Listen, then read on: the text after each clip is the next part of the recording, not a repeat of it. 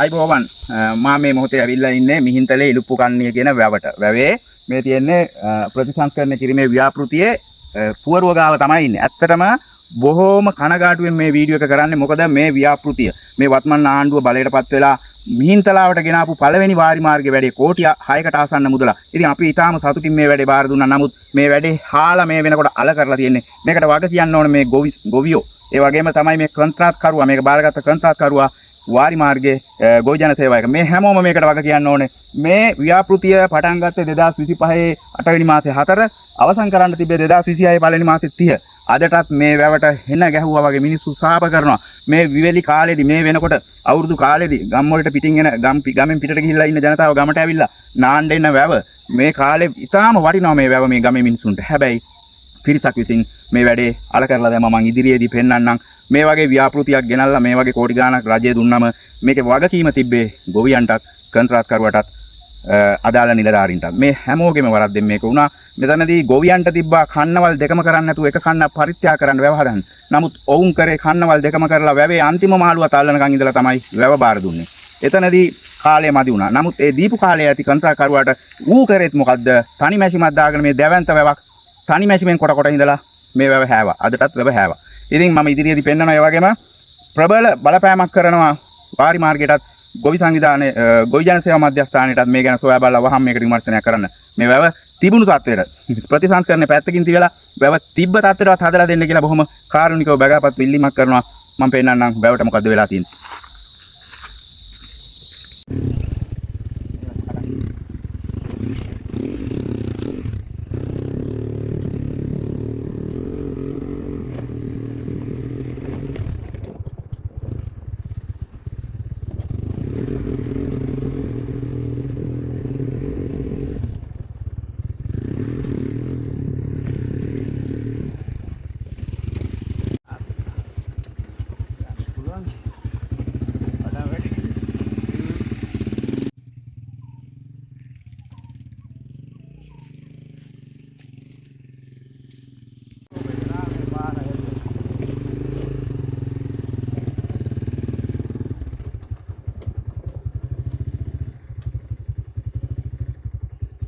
ඒ වගේම තමයි කවුරු මේවා නිර්මාණය කරාද කවුරු මේවා ප්ලෑන් අනුමත කරාද දන්නේ නැහැ.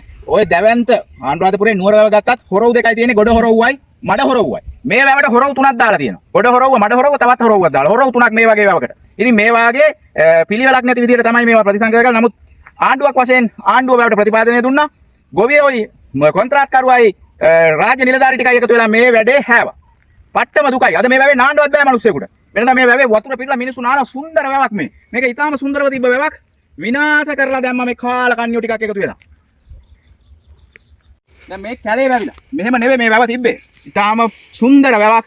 අපි හිතුවා මේක මේ ගමේ ගොවියෝ ටිකයි කොන්ත්‍රාත්කාරයයි නිලධාරී එකතු වෙලා වැව ලස්සනට හදයි කියලා. දැන් වැව කතා කරන්න දෙයක් නැති තත්ත්වයකටපත් වෙලා තියෙනවා. අද ගමේ මිනිස්සු අසරණ වෙලා අපට කියනවා වැවෙන් නා ගන්නවත් විදියක් නැහැ කියලා. මේ සුන්දර වැව මේ විදිහට විනාශ වෙන්න දෙන්න බෑ.